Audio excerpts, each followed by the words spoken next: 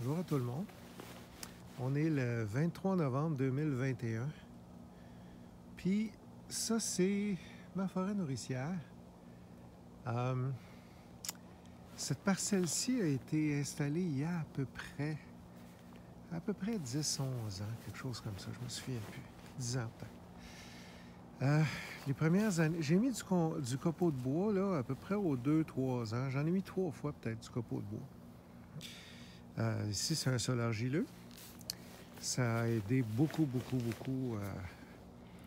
à, je sais pas, mettre en flocon l'argile ou à l'aérer.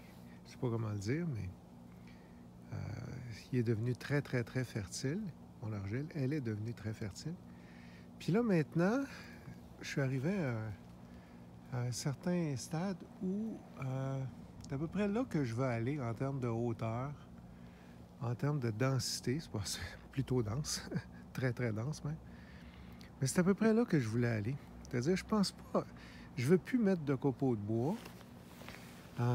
Tout ce qui pousse, tout ce que je taille, je le laisse au sol maintenant. Puis, il y a les feuilles, évidemment. Donc là, il y a une litière qui s'est créée. Ça, c'est de l'argousier que j'ai récolté. Je laisse la branche. Évidemment, il y a les feuilles. Les vers de terre vont bouffer ça. En mois de juin, il ne restera plus grand-chose ici. Je vois pas la nécessité de rajouter autre chose que ça. Donc là, j'ai comme enclenché une roue vertueuse.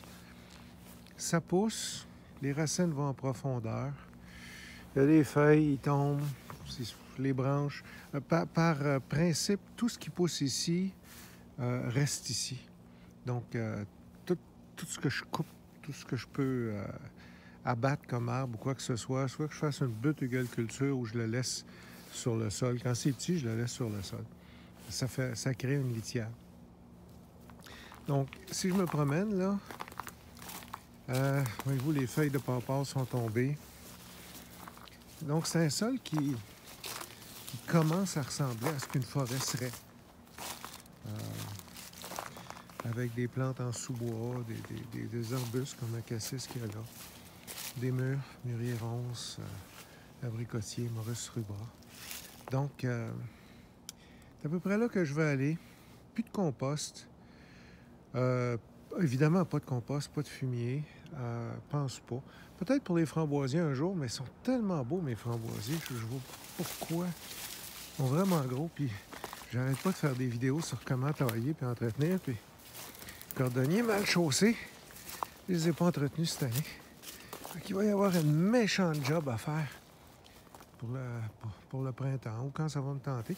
J'aime bien faire ça au printemps parce que ce qui meurt a à mourir pendant l'hiver. Puis là, au printemps, j'enlève tout ce qui est mort. Puis tout ce qui a produit l'an passé, comme ça ici, je ne l'ai pas enlevé.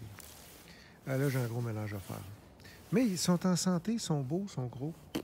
Ça va produire en masse.